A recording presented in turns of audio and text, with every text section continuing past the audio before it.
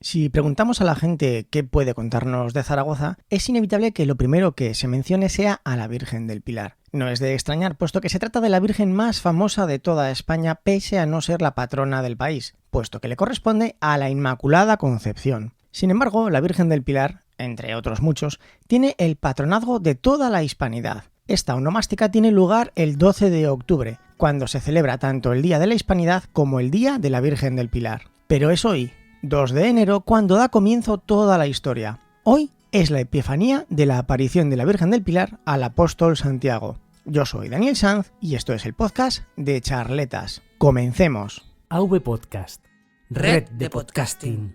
Santiago viajó hasta Iberia para proclamar la palabra del Señor. Recorrió toda la zona norte, atravesando las tierras de los galaicos y los astures, para llegar finalmente hasta Caesar Augusta, actual Zaragoza. Era el año 40 de nuestra era, y Santiago estaba desconsolado por el escaso éxito de su misión. La Virgen María se encontraba en Tierra Santa, pero notó la aflicción en el ánimo de Santiago y se le apareció, todavía en carne mortal, sobre un pilar de jaspe para insuflarle ánimo tanto a Santiago como a sus discípulos, los 7 primeros cristianos de Iberia. Le indicó que debía construir una iglesia en torno a ese pilar sobre el que ella se le había aparecido, y así se hizo. Santiago y sus 7 primeros discípulos construyeron una iglesia de adobe junto al río Ebro. Esta es la primera aparición que tiene reconocida la Iglesia Católica, y es especialmente importante porque es la única que la Virgen hizo todavía en vida, antes de su asunción. No confundamos con ascensión, que es la subida de Jesucristo a los cielos, y la asunción es la subida de María, todavía en vida, al haber concluido su misión en la tierra. Esta historia está recogida en un documento del siglo XIII, que se custodia en los archivos de la Basílica del Pilar. Por todo esto, la Virgen del Pilar ha sido elegida como patrona en numerosas ocasiones. El 20 de mayo de 1642 fue nombrada patrona de Zaragoza, pero en decisión de las Cortes de Aragón en 1678 fue nombrada patrona de todo el Reino de Aragón. En 1913 lo fue de la Guardia Civil, en 1916 de Correos y Telégrafos y en 1946 del Arma Submarina de la Armada Española. Y muchos más, pero no veo necesario el nombrarlos a todos. Sin embargo, por lo menos para mí, hay un nombramiento que me parece especialmente meritorio y es el que se produjo en 1908 mediante un Real Decreto en el que no fue nombrada patrona. Fue nombrada Capitana General del Ejército Español. Si es que ya lo dice la Jota. La Virgen del Pilar dice que no quiere ser francesa, quiere ser capitana de la tropa aragonesa. La Virgen del Pilar dice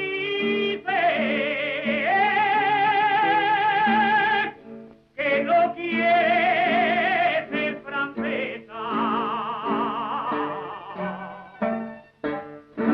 que quiere ser capitana de la tropa aragonesa.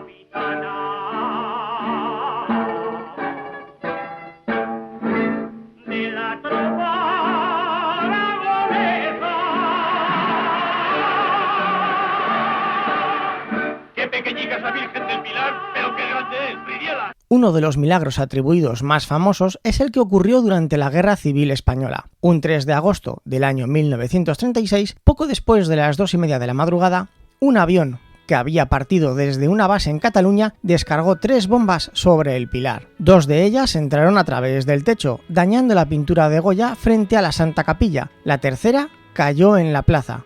Sin embargo, ninguna de las 3 llegó a estallar. Las 2 bombas que cayeron dentro de la basílica están conservadas, colgadas de una de las columnas junto con una placa en la que se cuenta la historia. En el techo, además, se pueden ver los daños que causó una de ellas a las pinturas de Goya. Otro momento importante es el que se produjo en 1948, cuando el Papa Pío XII elevó la iglesia del Pilar a la categoría de basílica, algo que llenó de asombro a muchos, porque siempre la habían llamado así, basílica. Recordemos que estamos hablando de la primera aparición reconocida por la Iglesia de la Virgen María, y que los cimientos de esta iglesia fueron puestos por las propias manos del apóstol Santiago y sus 7 primeros discípulos de la actual España. Por lo tanto, es el templo más antiguo y más importante, tanto por historia como por simbología, y hasta 1948 no se le había otorgado tal reconocimiento. Esto quizás se deba a que justo al lado está la Catedral del Aseo, y no querían que Zaragoza tuviese 2 catedrales, pero bueno,